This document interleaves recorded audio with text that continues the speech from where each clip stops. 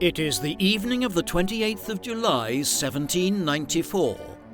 Cartloads of victims arrived to the Place de la Révolution, the scene of hundreds of decapitations after the downfall of the monarchy.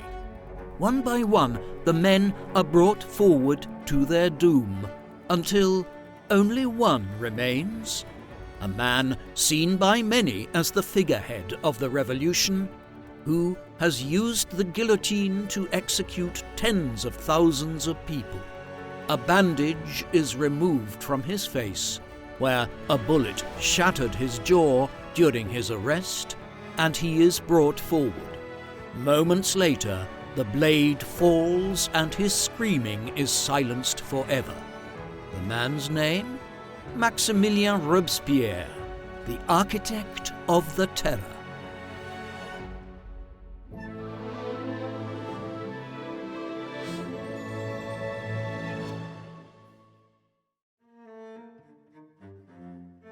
The man known to history as Maximilien Robespierre was born in the town of Arras, in the province of Artois, in northern France, on the 6th of May, 1758. His father was François Maximilien Barthélemy de Robespierre, a lawyer on the Council of Artois in Arras, the highest court in the province. He hailed from a long line of lawyers, his family having worked in the French courts since the early 17th century. Maximilien's mother, Jacqueline Marguerite Carreau, came from a less distinguished lineage than his father, being the daughter of the owner of a small brewery in the Artois region.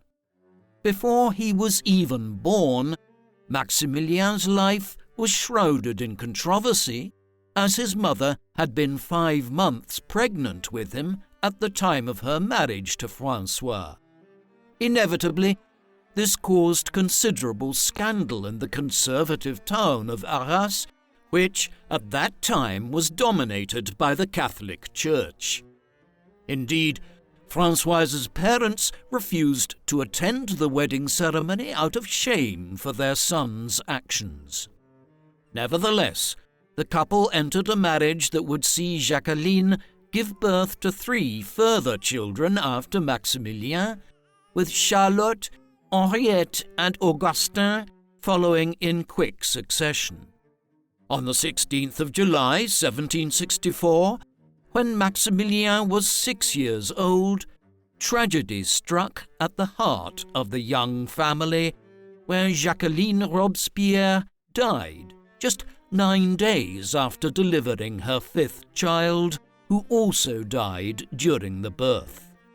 To make matters worse, Maximilien's grieving father soon began abandoning his family for long periods of time, and so, soon after their mother's death, the Robespierre siblings were separated, with Maximilien and his brother Augustin being sent to live with their maternal grandparents at the brewery owned by the Carreaus.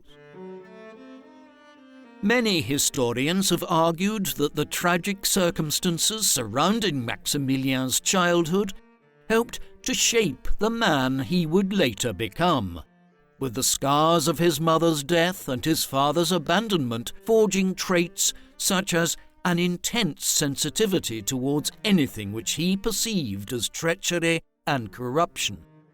Indeed, in her memoirs, his sister Charlotte describes a dramatic change in Robespierre's character following his mother's death from a, quote, noisy, boisterous and light-hearted child to become a precociously serious and hard-working one who often engaged in quite solitary pursuits. By the age of 8, Maximilien had already learned to read and write, and after spending 3 years at the local college of Arras, he acquired a scholarship to the illustrious Collège Louis le Grand in Paris in 1769. It was here that Maximilien would receive the rest of his education, from the age of 11 to the age of 23. Throughout, he was immersed in the curriculum of the 18th century, a mix of the humanist learning of the Renaissance, with its focus on classical rhetoric, oratory, political science, and philosophy through the writings of Greek and Roman writers like Plato, Aristotle, Cicero, and Quintilian, and the new sciences and rationalist writings of early modern Europe. He was devoted to his studies and won numerous prizes at the school, emphasizing his academic ability. In 1775, Robespierre was chosen out of the 500 pupils of the college to deliver a speech to Louis XVI on a visit there not long after his accession as King of France. Robespierre graduated from the Louis le Grand in 1781 as a lawyer. Upon leaving the college, he received a payment of 600 livres for his academic excellence, an honour worth in excess of a year's living allowance. During his formative years at the college, Robespierre had developed admiration for the classical virtues, as well as for the work of the philosopher and political scientists of the Enlightenment, which France was at the centre of in the 18th century. In particular, he was a great admirer of the work of Jean-Jacques Rousseau and his concept of the virtuous self, the idea that a man should stand alone in the world accompanied only by his conscience. Rousseau's political theories, as outlined in works such as his book The Social Contract, published in 1762, would have an enormous impact not only upon the young Maximilien, but later upon France as a whole, with its argument that absolutist monarchs of the kind which had ruled France for centuries were not divinely ordained, and that governments had to earn the right to rule through just actions and the general will of their citizens. There were, though, elements within the work of Rousseau and other writers of the Enlightenment that could expose France to violent mob rule and populism if pushed too far. These Enlightenment ideas would have an enormous bearing on Robespierre's life and the events that would play out in France in the years to come. Robespierre returned to Arras in 1781 and found success as a lawyer, gaining admission to the bar on the 15th of May 1781 and then appointed as a judge in the criminal court in March 1782 at a very young age. However, he soon resigned his position due to the early opposition he felt towards the death penalty.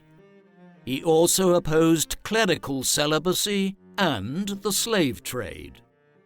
Yet it was his opposition to the excessive power of the ancien régime of monarchy, aristocracy and church in France that was most visceral. These views were heightened in Robespierre as the 1780s went on, and France became mired in an ever-worsening agrarian and fiscal crisis as state debt grew and grew, owing to the country's costly wars with Britain during the 18th century, such as the 7 Years' War and French involvement in the American Revolutionary War, while famine also set in owing to poor weather in the mid-1780s. Many French men and women like Robespierre were also increasingly opposed to aiding the crown in relieving the fiscal crisis without political representation. The Estates General, the early modern French equivalent of Parliament, had not been convened since 1614. Robespierre's views in this respect were solidified through his interactions with like-minded professionals of the Academy of Arras, which he eventually became director of, and membership of the exclusive Rosati Society in 1787. Although he had gained a reputation as a lawyer within Arras by 1787, there was nothing to suggest that Maximilien would become anything more than a prominent local regional official there had it not been for the events which began on the national stage in the late 1780s. By 1787, the fiscal crisis was spiralling out of control, and Louis XVI began appointing a series of emergency finance ministers to head his government from the vast royal palace at Versailles outside Paris. When these ministers failed to remedy the situation, it was decided that there was no option but to convene the Estates General at Versailles in the summer of 1789 for the first time in 175 years. Representatives would come from all three estates of French society: the aristocracy, church, and common people. The goal, from the king and his ministers' perspective, was to convene the parliament for a short period of time and have them vote through a parliamentary subsidy, a one-time payment from the estates to the crown to deal with the financial emergency. They would try to acquire this while granting as few concessions to the estates as possible and then dismiss the Estates General. This was how parliaments had functioned in many countries like England, France, and Spain since medieval times, with the crown granting limited concessions in return for a sitting of the estates every few years and the passage of some concessions into law. But Louis and his ministers were delusional in thinking that in an age of revolutionary thinking about how politics should work, and with 175 years of pent-up demands in France, that the Estates General would vote through a large financial subsidy to bail out the government and then quickly be fobbed off with a few promises of political reform. In Arras, when news arrived of the convening of the Estates General, Robespierre viewed it as an opportunity to, what he described in his own words as, quote, articulate the grievances smouldering within me about a political and social system which he believed was fundamentally unjust. In January 1789, he began his campaign to gain election to the Estates General. He first released a pamphlet in which he attacked the local social elites of church and aristocracy, asserting that all the social problems which plagued the Artois region were the fault of this corrupt elite. In this early pamphlet, Robespierre's two most prominent political ideas are already present, ideas which would define his political views for his entire life. The first of these was his insistence upon representation through elections, and the second was his belief that the poor were deserving claimants of justice in a largely corrupt society. The higher estates and the wealthier citizens of French society had a strong say in who was elected to represent a region like Artois when the Estates General would meet at Versailles. Therefore, Robespierre's attempts to portray himself as a champion of the common people boded ill for his potential selection to represent the region. However, all this changed when, on the 7th of March 1789, the Crown announced that Artois must select its representatives through popular election. Robespierre's populist appeal accordingly resulted in his election. Throughout the process, he continued to publish pamphlets with dramatic rhetoric about the miserable state of the province, blaming the elite for this. This gained him support, especially in rural areas where destitution was most widespread. On the 20th of April 1789, more than 1,000 representatives of the three estates gathered in Arras, and between the 24th and 28th, 8 deputies were elected to represent the third estate, Maximilien being one of them. The Estates General would convene for the first time in 175 years on the 5th of May, meaning Robespierre would have only a week to prepare for his departure to Versailles. It was a relatively unimposing man who arrived to Versailles from Arras. At just 5 foot 3 inches, Robespierre was short, even by the standards of the time. He was pale and thin, a product perhaps of his workaholic nature and sparse diet, often having little more than some milk for breakfast. He also had an uncontrollable facial tic, one which damaged his eyesight over time, and such was the poor quality of eyeglasses in the 18th century that he often had to wear 2 pairs of spectacles to see. Within weeks of his arrival at Versailles, Robespierre had associated himself with a radical faction of deputies known as the Breton Club, a cohort of delegates from the Brittany region of northwestern France. The members of it pushed for each member of the estates to have 1 vote, rather than the 3 estates casting a vote each, an arrangement which allowed the aristocracy and the church to act together to stop popular reforms proposed by the Third Estate.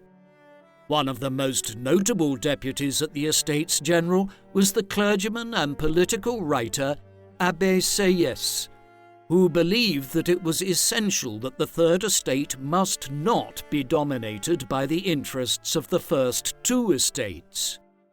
In a pamphlet published in January 1789, Sieyès had argued that the Third Estate was representative of the nation and had a right to reshape the political structure of France independently.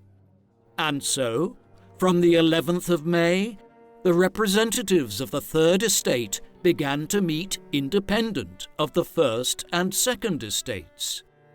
This was a radical move, and it was clear by June 1789 that the king, his ministers, and the aristocracy and church were losing control of the gathering at Versailles. The Third Estate eventually declared to be acting independent of the crown and higher estates in some of the first major events of the French Revolution. Robespierre joined them as a deputy on the 13th of June. Ultimately, Sieyès' intention was to promote change in a gradual way to establish a constitutional monarchy, and in this early stage of the revolution, a moderate faction held power in the Assembly. It would only become more radical over time as the King and First and Second Estates consistently tried to impede the revolutionaries from establishing the reforms they wanted to introduce. By the start of July, the Assembly was beginning to move its activities to Paris and was renamed the National Constituent Assembly in a move which was designed to sideline the king and his ministers even further. In the capital, the new legislature began a program of fiscal and constitutional reforms. This was after the famous tennis court oath at Versailles on the 20th of June, where Robespierre had been the 45th signatory of a statement in which the members of the Assembly declared that they would not disband until they had agreed on a new constitution for France. The fervour of revolution was in the air, but this was not confined to Versailles. The financial and agrarian crisis had not abated, and the people of Paris were unruly over the exorbitant price of bread. On the 13th of July, the Assembly declared the formation of a bourgeois militia to try and maintain law and order in the city, and the following day the Marquis de Lafayette was declared their commander-in-chief, who himself renamed it the National Guard, and proposed their symbol of the red and blue colours of Paris, accompanied by the royal white, which was the origin of the French flag, the tricolour. With the revolution now firmly established, on the 14th of July 1789, in a search for weapons, the citizens of Paris stormed the Hôtel des Invalides, a military hospital in the city, from which they stole cannons and muskets to use later in the day when they attacked the imposing symbol of the tyranny of the monarchy, the Bastille fortress and prison. The crowd gathered outside, calling for the small royal garrison within it to surrender. Scuffles followed outside, and eventually gunfire was exchanged. Eventually, after a tense standoff, the governor of the prison capitulated, and the crowd swept into the Bastille to liberate it at 5:30 p.m. The crowd seized the governor and dragged him to the Hôtel de Ville, where they discussed what should be done with him. The badly beaten governor shouted, "Enough! Let me die!" and kicked a pastry cook in the groin.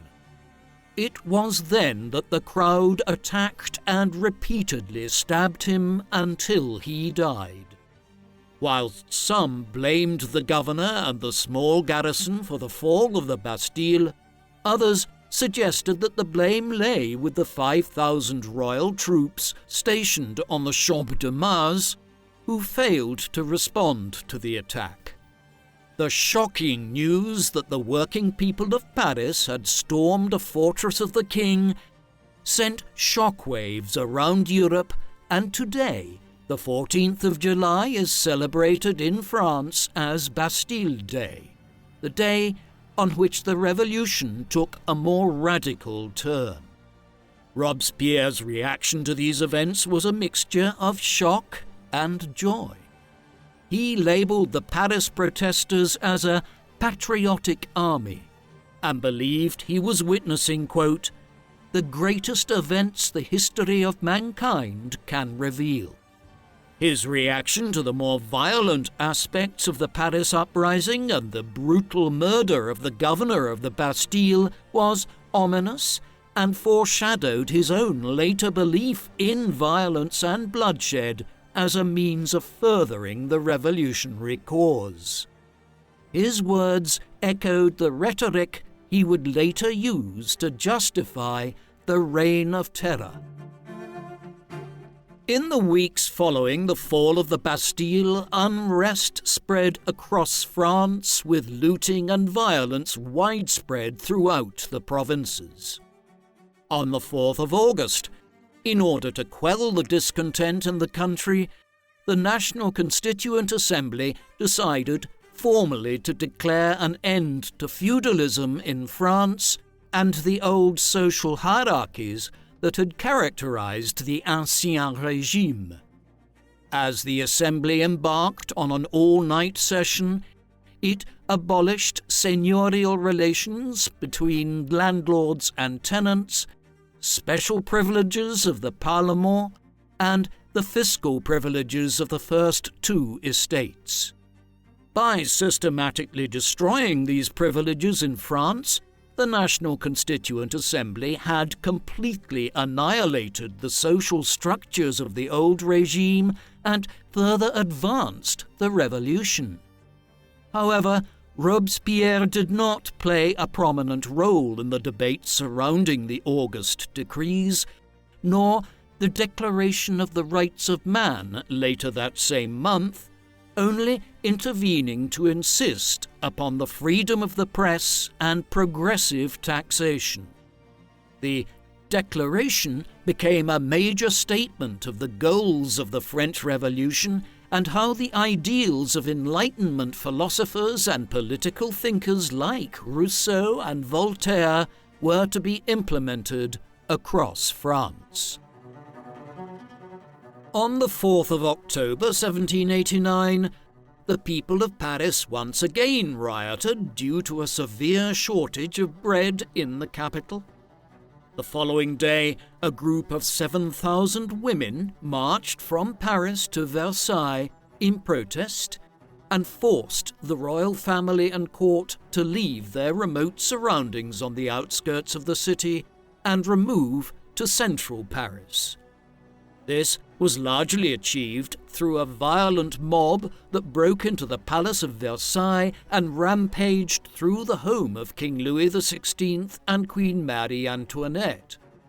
While the royal family was allowed to live in the plush surroundings of the Tuileries Palace in Paris thereafter, there was little denying the fact that they were now effectively the quasi-prisoners of the revolutionaries in the capital. On the 19th of October, the National Constituent Assembly reconvened in Paris to discuss drafting a new constitution for France and the issue of the king's role in the new French state. By then, Robespierre was growing in confidence and stature within the Assembly and asserted his consistently radical agenda by fiercely opposing those who believed that the king should be granted a power of veto over the promulgation of new laws within the new constitution. He asserted that ultimate sovereignty must instead reside with the people's representatives in the National Constituent Assembly.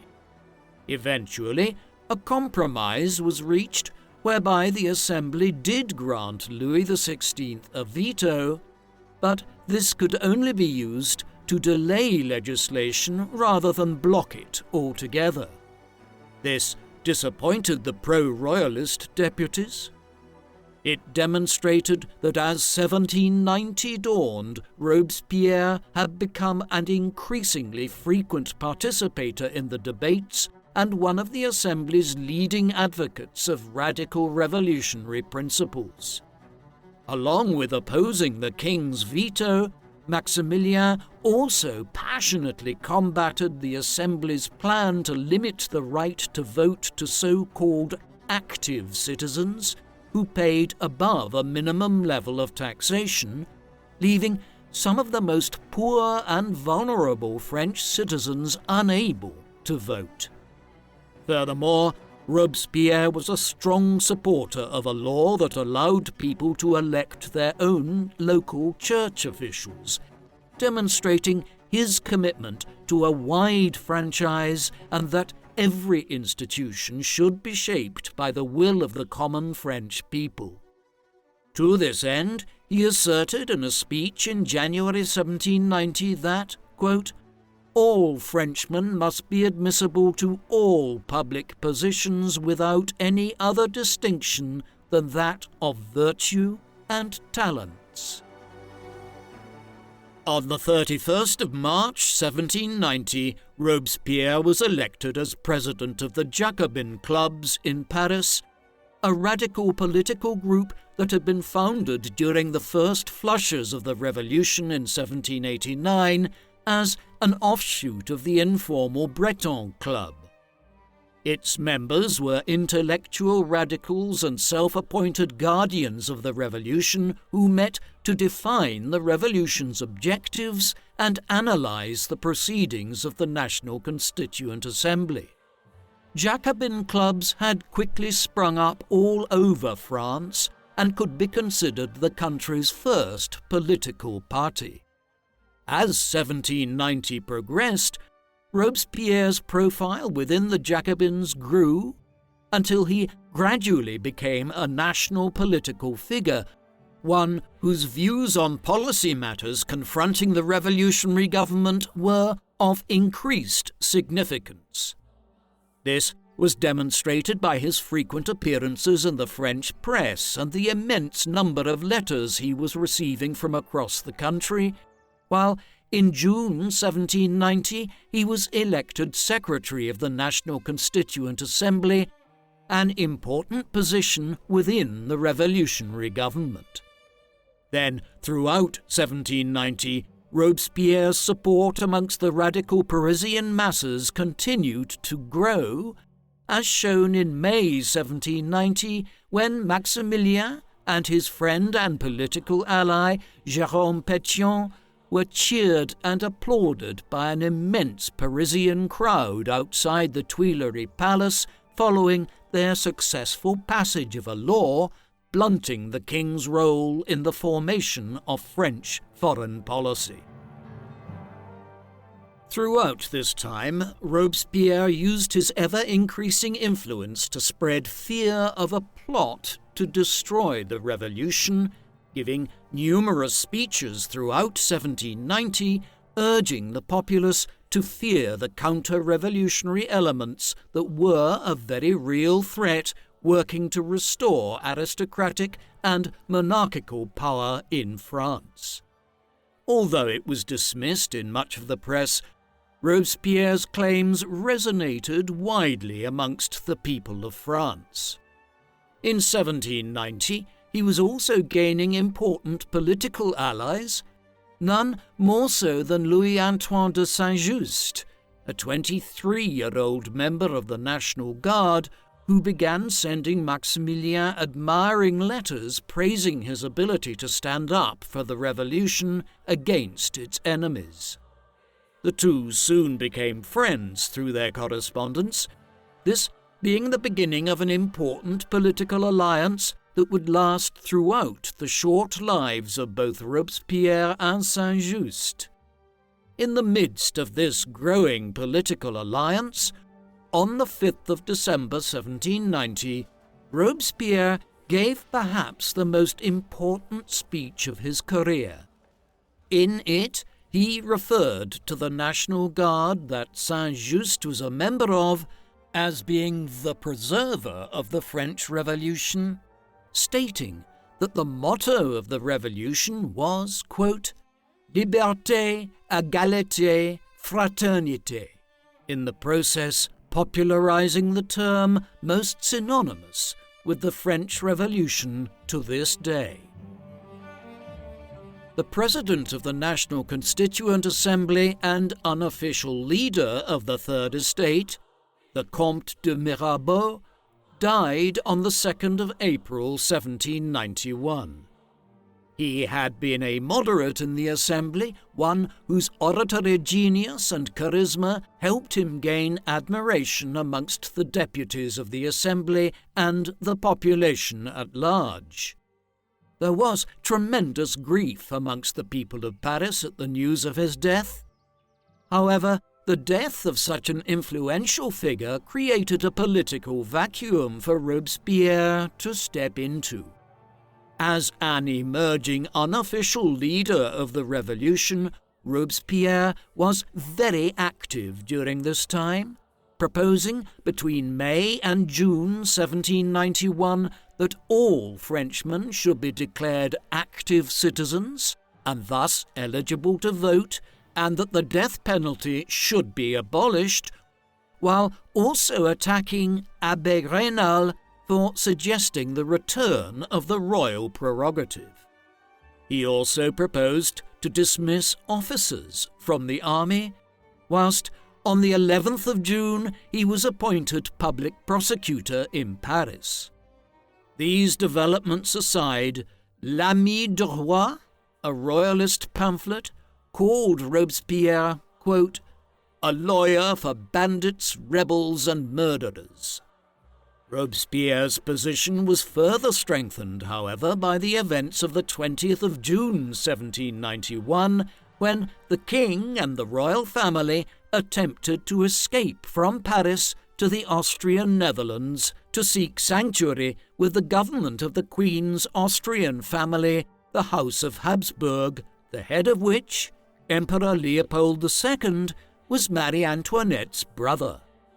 Despite making it to within 20 miles of their destination, the king was recognized in the town of Varennes and under orders from the National Constituent Assembly was returned to Paris in disgrace.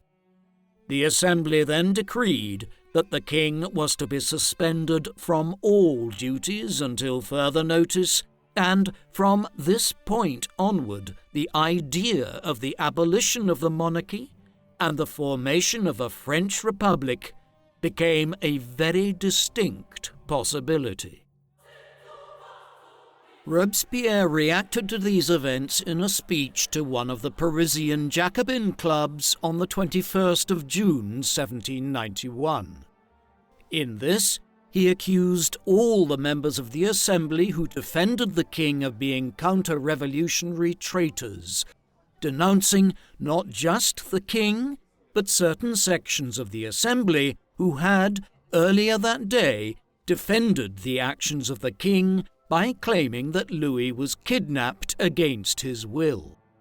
However, when the issue of the restoration of the king and his constitution rights was debated between the 13th and 15th of July, Robespierre declared himself neither monarchist nor republican.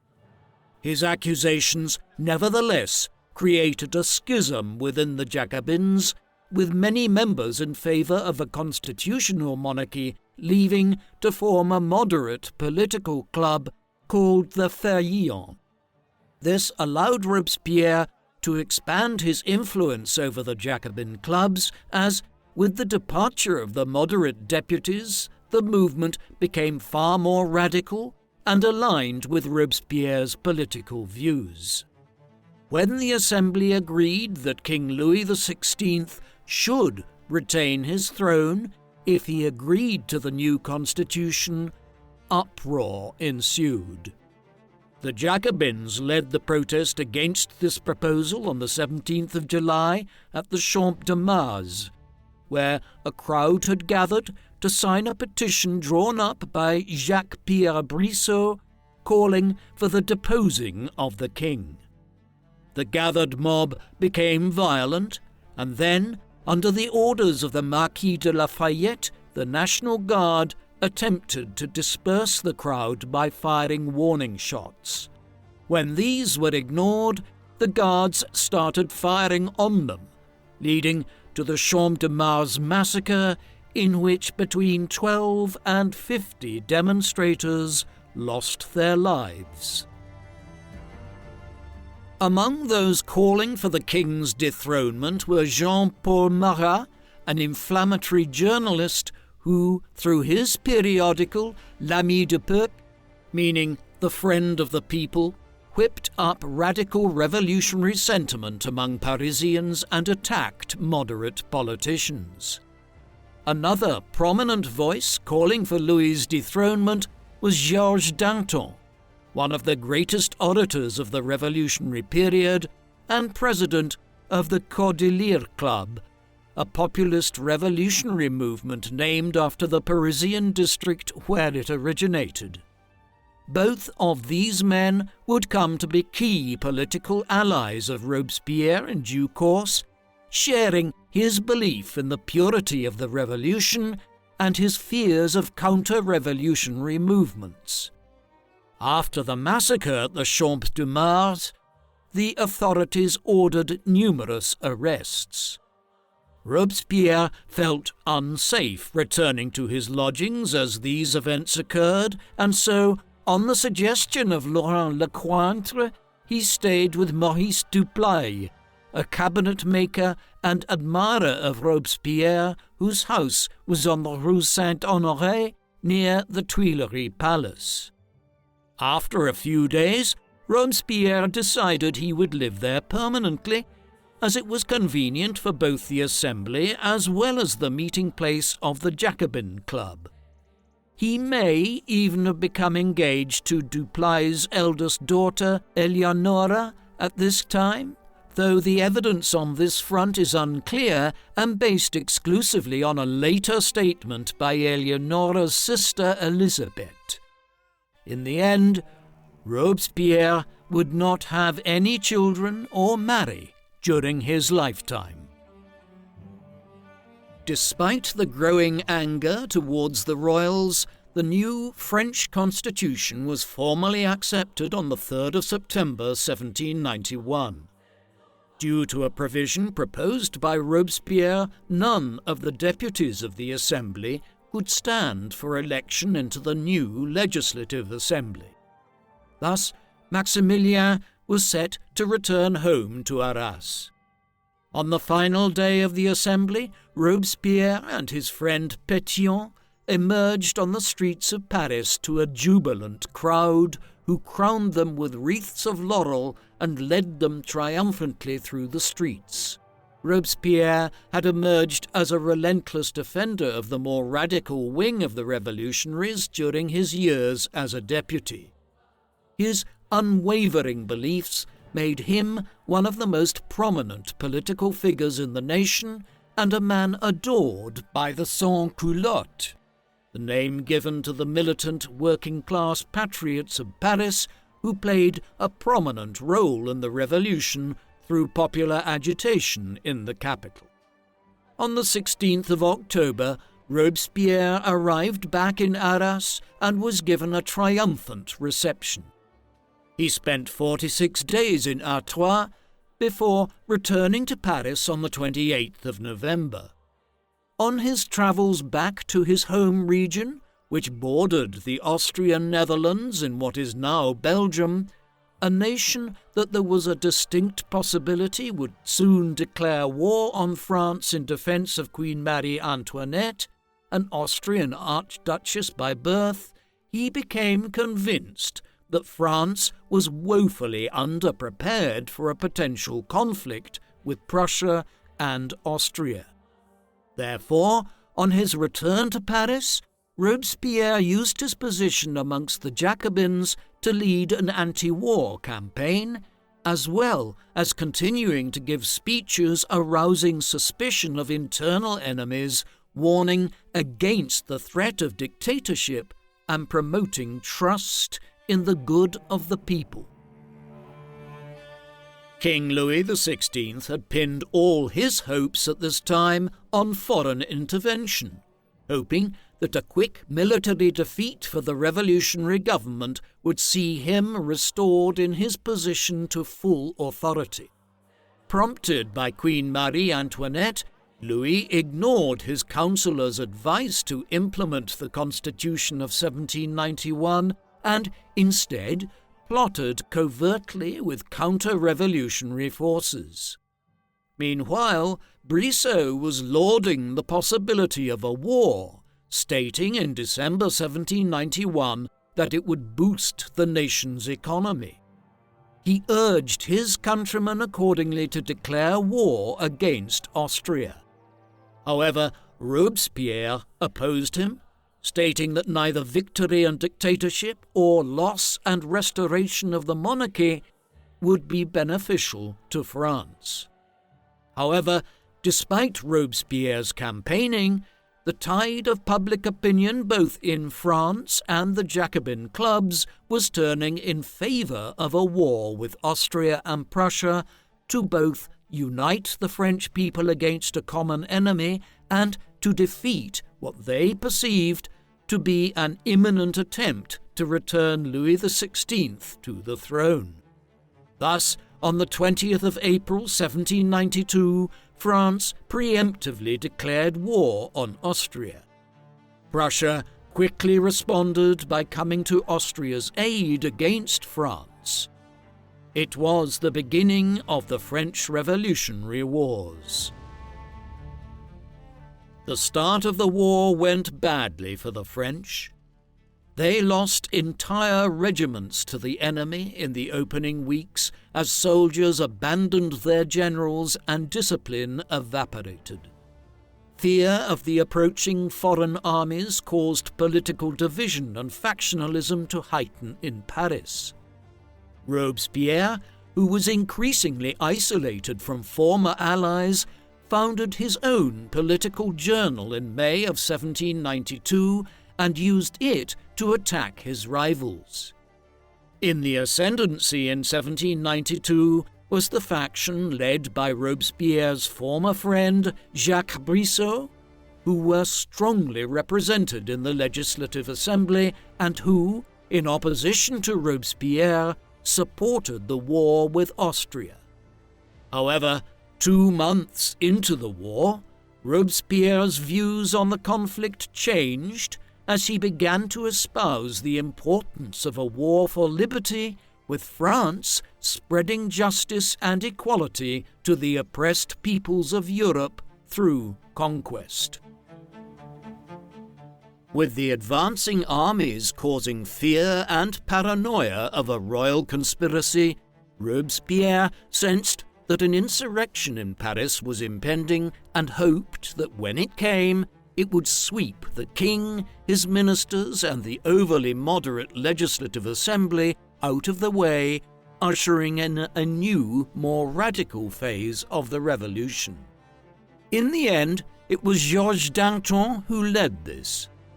On the night of the 9th of August 1792, the 48 districts of Paris formed the insurrectionary commune and overthrew the municipal government of Paris, storming the Hôtel de Ville where it was based. Led by Danton, the insurrectionary commune then formed an armed mob and stormed the Tuileries Palace, where the royal family were virtual prisoners and which was heavily guarded. This occurred on the 10th of August. Hundreds were wounded and some killed in the violence before the mob drove out the royal bodyguards from the Tuileries Palace. This was the end of efforts to forge a constitutional monarchy like the one which had developed in Britain in the course of the 17th century. Instead, it was now clear that the revolution would move towards the creation of a French republic. Later that evening, Robespierre rose at a Parisian Jacobin Club to proclaim a new beginning for the revolution and that the spirit of 1789 had been recaptured after 3 years of prevarication since late 1789. On the 13th of August, the day the king was officially arrested and imprisoned in the ancient Paris fortress of the Temple, Robespierre was elected to the Paris Commune and fought for its legitimacy against the Legislative Assembly, the members of which sought to shut it down as a rival source of power.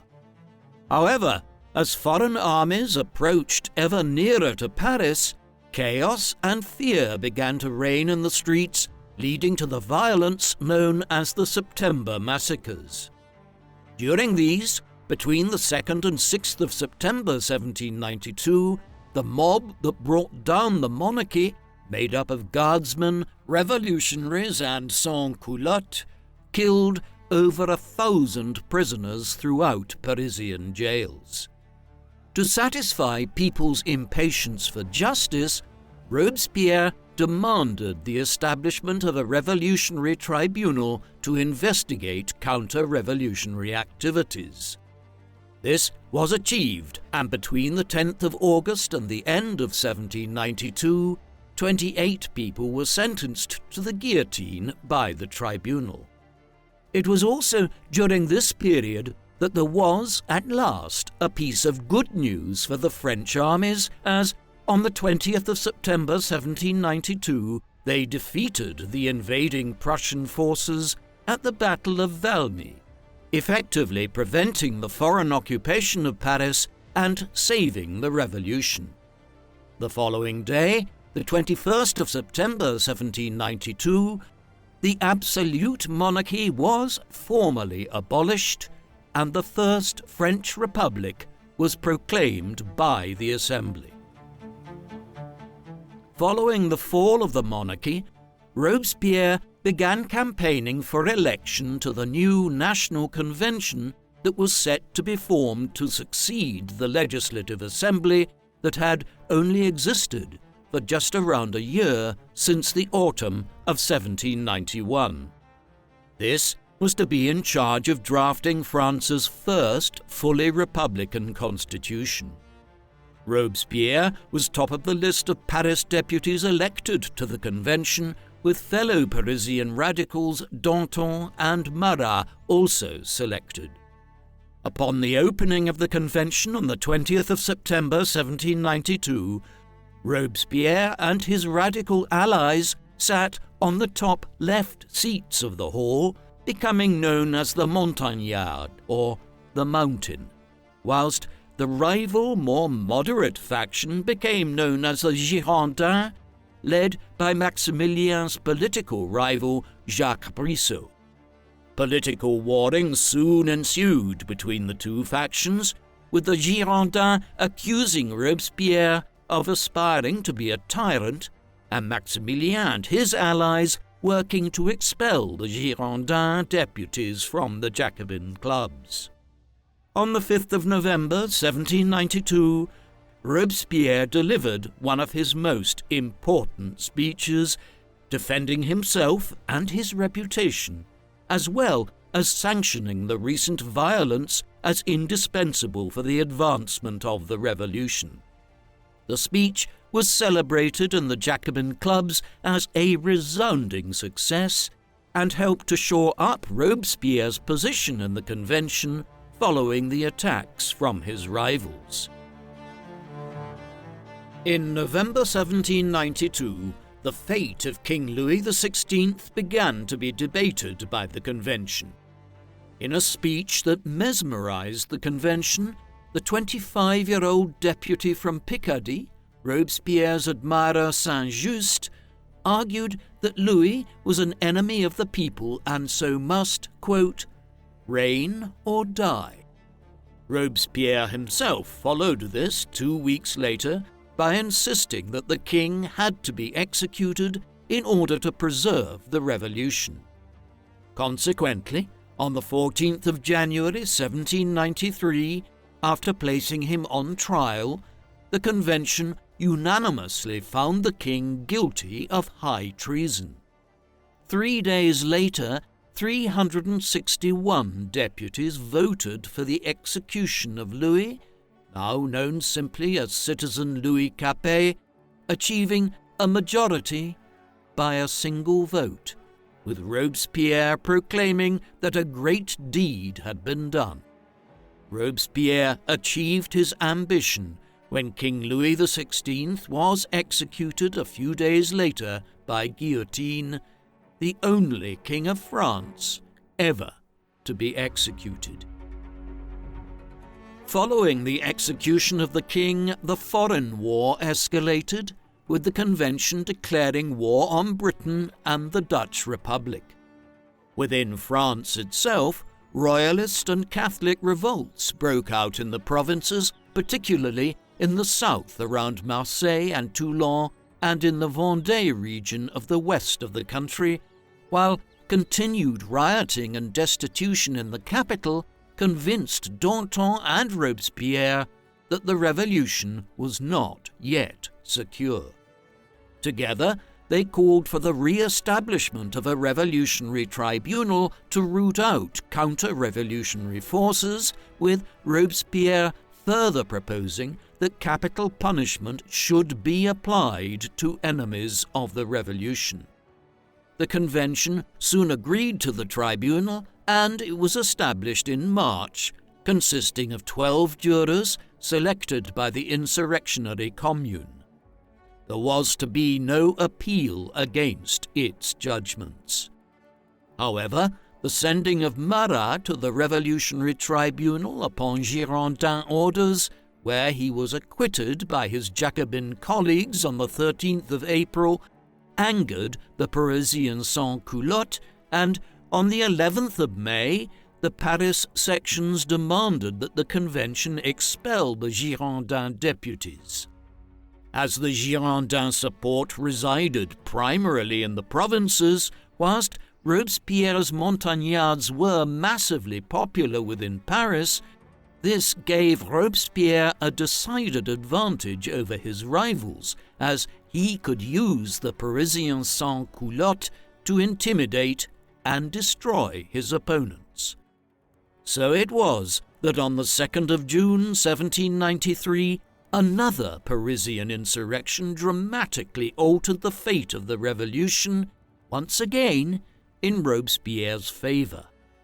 In the course of this, a crowd of Parisians sans-culottes marched into the convention's meeting hall and demanded political changes, as well as the expulsion of the Girondins, to which the intimidated deputies in the convention agreed. The Girondin leaders who had not already fled were arrested. In the aftermath of the fall of the Girondins, the Jacobin deputies drafted a new constitution by the 10th of June with universal male suffrage and state education for all. However, it soon had to be suspended, as by mid-June 1793, 60 of France's 83 departments or provinces were in open revolt against the Parisian leadership of the revolution.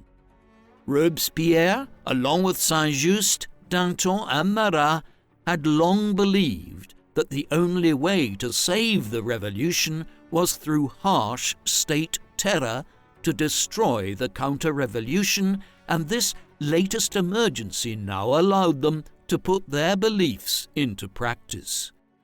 On the 27th of July, Robespierre was elected to the 12-member Committee of Public Safety alongside his ally Saint-Just. But after ascending to power, Robespierre immediately faced another grave challenge to the revolutionary government as, with food becoming ever more scarce in the capital, news reached Paris on the 2nd of September that counter-revolutionary rebels had surrendered the great naval base at Toulon on the Mediterranean French Riviera to the British. It was at this point in early September when the convention was again confronted by an angry mob in Paris that the Revolutionary Tribunal was expanded, with all jurors to be appointed by the Committee of Public Safety.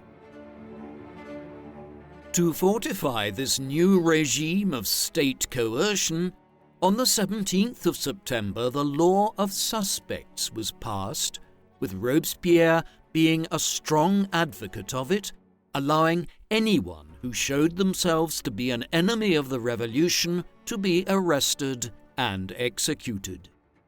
Then, on the 29th of September, price fixing was extended to cover not only grain and bread, but also other essential goods and wages. Furthermore, it was decreed on the 10th of October that, quote, "The provisional government shall be revolutionary until peace."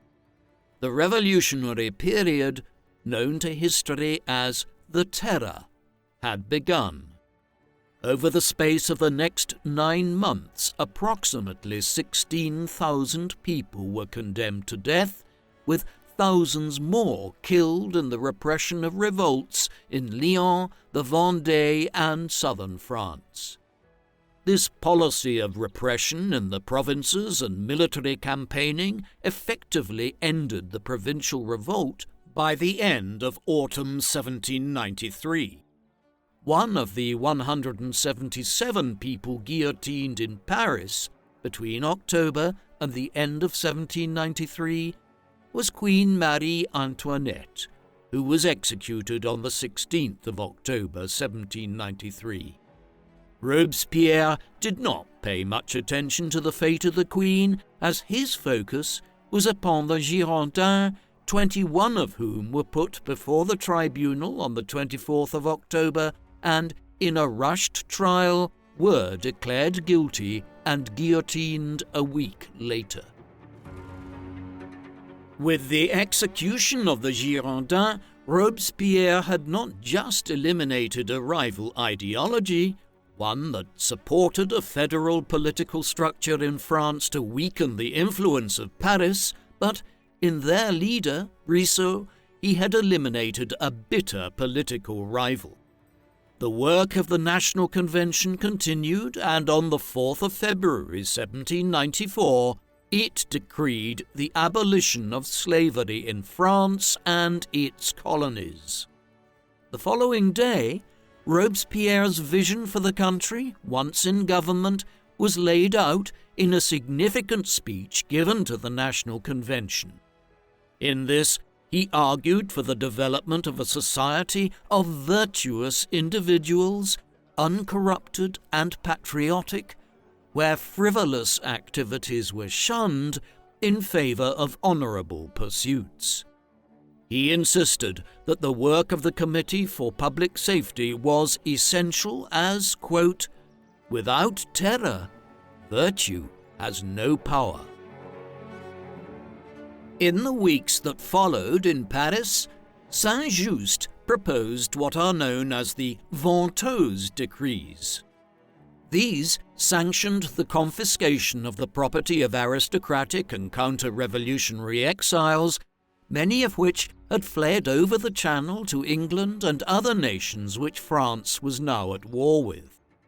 At the same time, divisions had emerged within the Jacobins and the extreme revolutionary Jacques-René Hébert, who was prominent within the Paris Commune and drew support from the most radical revolutionaries in Paris, clashed bitterly with Robespierre over religious policy, as Maximilien denounced Hébert's militant atheism.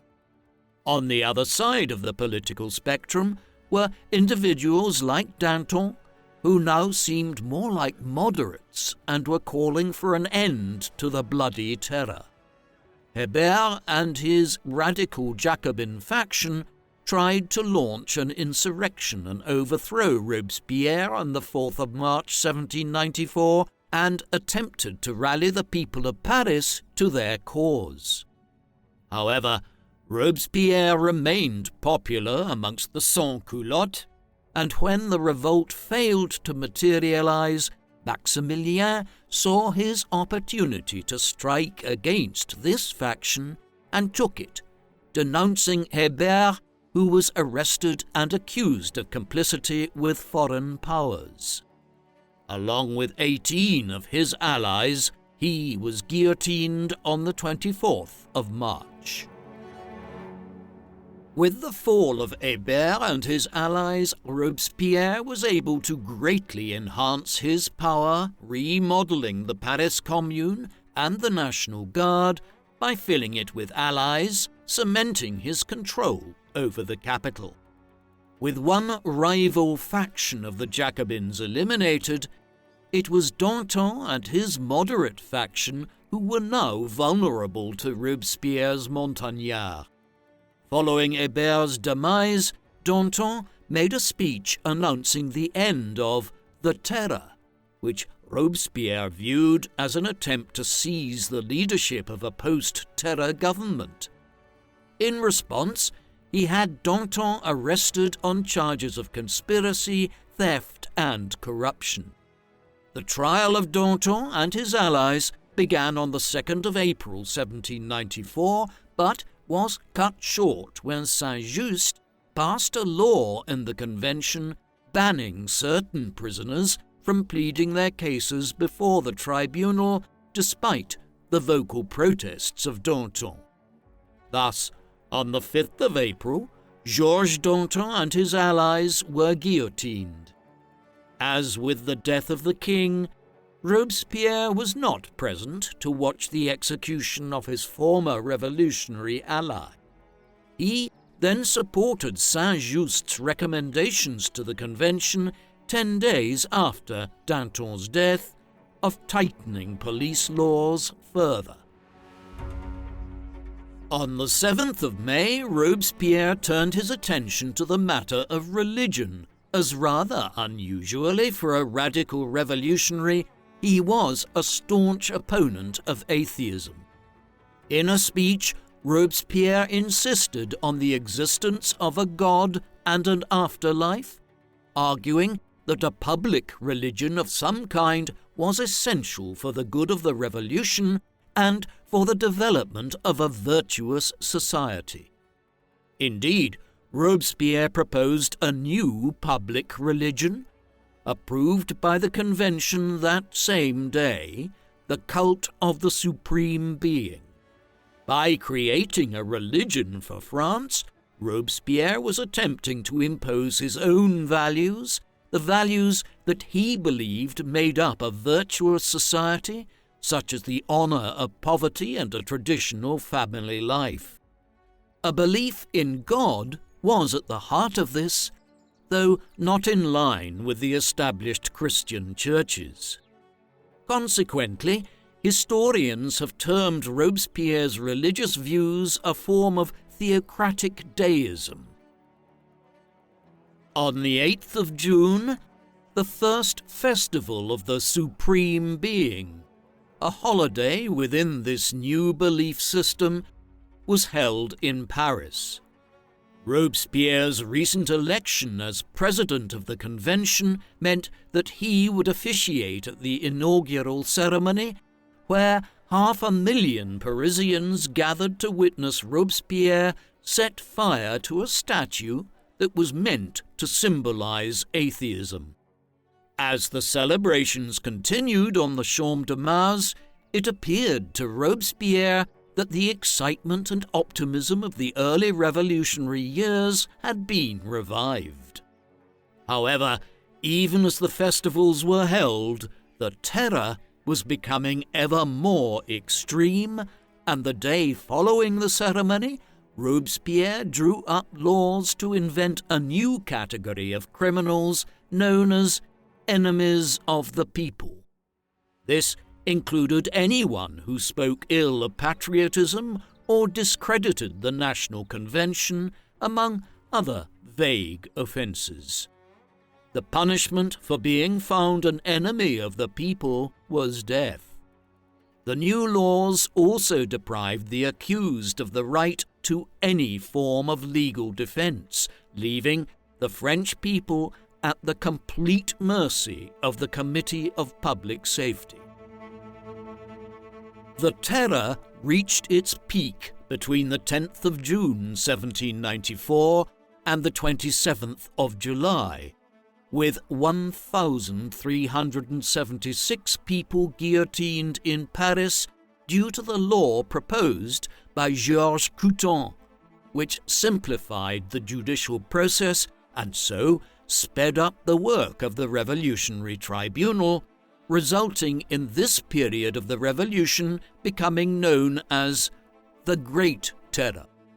The French military victory at the Battle of Fleurus in the Low Countries on the 26th of June 1794 would mark a turning point in the revolution as the French Republican forces, led by General Jean-Baptiste Jourdan, defeated the coalition forces of Austria, Hanover, and the Dutch Republic in a significant battle of the French Revolutionary Wars. However, in Paris, the victory undermined the argument that the reign of terror was necessary because of the military threat to France's existence. It thus was a major factor in the subsequent Thermidorian reaction a month later. During the month of July, a series of actions by Robespierre also angered his allies and enemies alike. These included his outburst on the 1st of July that there was a conspiracy against him, the exclusion of various members of the Jacobin clubs, and his insistence that the Committee of General Security should remain subordinate to the Committee of Public Safety.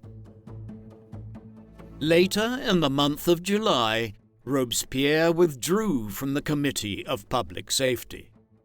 Then, on the 26th of July, the man who had become known as the Incorruptible delivered what would be his final speech to the convention. Over 2 hours, Robespierre defended himself and his reputation in a rambling, disjointed speech in which he attempted to rebut the accusations made against him in recent times. He asserted that his enemies blamed all of the failings of the revolution on him, both its excesses and its shortcomings, and he defended himself against accusations of both tyranny and dictatorship. The Incorruptible stated that, just like the revolution itself, he had remained virtuous and pure and had risen above the various factions that had attempted to destroy him and lay claim to the revolution. Then he intoned that the time had come to move against the latest set of conspirators, though he did not mention them by name, merely alluding to the traitors in his speech. This caused a wave of fear and anxiety throughout the convention, as every deputy became terrified that they were the alleged enemies of Robespierre and would be his next victims. But while many were dismayed, the ever-faithful Jacobins rallied to Robespierre, while Robespierre's greatest political ally, Saint-Just, also remained loyal. The 27th of July, 1794, according to the French Republican calendar, was the 9th day of the month of Thermidor in the year 2. For this reason, the events of this day have become known as the Thermidorian reaction, as there was a reaction against the Terror and the leaders of it, Robespierre chief amongst them. Concerted attacks were launched against Robespierre and his allies that day, as many members of the convention began to fear that they would be his next targets following his incendiary speech the previous day. When Robespierre and Saint-Just entered a hostile convention, it became clear that his enemies were determined to overthrow him. As Saint-Just tried to speak, he was interrupted by deputies. Then, when Robespierre attempted to intervene, he was drowned out by chants of, quote, "Down with the tyrant, arrest him," which echoed around the convention. Thus, Maximilien was unable to make himself heard above the din of the hostile deputies. In the midst of the chaos, the convention voted to arrest Robespierre, Saint-Just, and their main allies. Although the leaders of the Paris Commune tried to intervene in defense of Robespierre, only 13 of the city's local councils concurred with their decision, tired after a year of endless bloodshed and terror orchestrated by Robespierre and his allies. Meanwhile, Robespierre himself had fled to the Hôtel de Ville to take refuge there, but in the early hours of the 28th of July, soldiers sent by the convention broke into the hotel and arrested Robespierre. As the convention had declared he and his main allies to be outlaws, they could be executed within 24 hours without a trial. During his arrest, Robespierre's jaw was shot either by a gendarme named Merda or in a failed attempt to kill himself. His shattered jaw was bandaged, and later that morning Robespierre and his allies stood before the Revolutionary Tribunal and were found guilty. They were put into carts to be taken to the guillotine at the Place de la Révolution, today's Place de la Concorde, where so many executions were carried out during the Terror. There, on the afternoon of the 28th of July, 1794, the Incorruptible was executed by the same device that he had consigned so many French people to the fate of over the past year. With this, the reign of terror was over. Following his execution, the convention declared France as saved from the tyrant, and the Jacobins were denounced. This brought the most radical period of the French Revolution to an end, and a more moderate government, headed by figures like Paul Barras, now came to power. 5 years later, a military dictatorship would be established under Napoleon Bonaparte. Robespierre had predicted this himself, claiming that the revolutionary fervour could only be controlled in the long run by a strong man who would impose order. Maximilien Robespierre was vilified in the decades following his death, with all the crimes and excesses of the Terror attributed to him. However, by the early 20th century, a more positive view of Robespierre had begun to emerge, with historians acknowledging that while the Reign of Terror was a bloody episode, Robespierre's unwavering belief in and commitment to the principles of the revolution could not be questioned. Moreover, when he rose to become the most important figure in the French government in 1793, France was mired in a very difficult situation, facing counter-revolutionary revolts all around the country and invasions by the Austrians, Prussians, and British. In this political and military emergency, harsh and difficult measures were needed. However, there is no doubting that by 1794, the military and political emergency was waning as the ports of southern France were won back into revolutionary control and the revolutionary armies began to win major victories over the Austrians and their allies in the Low Countries. This was the juncture at which the Terror should have been brought to an end. But by that time, Robespierre had become corrupted by his own power and addicted to the bloodshed unleashed through the Terror.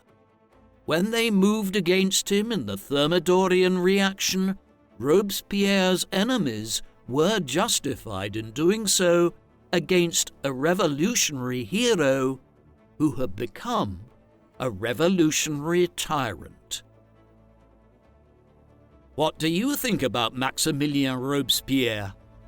Was he a revolutionary tyrant who destroyed the early idealism of the French Revolution in a wave of bloodshed in 1793 and 1794? Or was the Terror necessary to preserve the revolution from its many foes? Please, let us know in the comments section. And in the meantime, thank you very much for watching.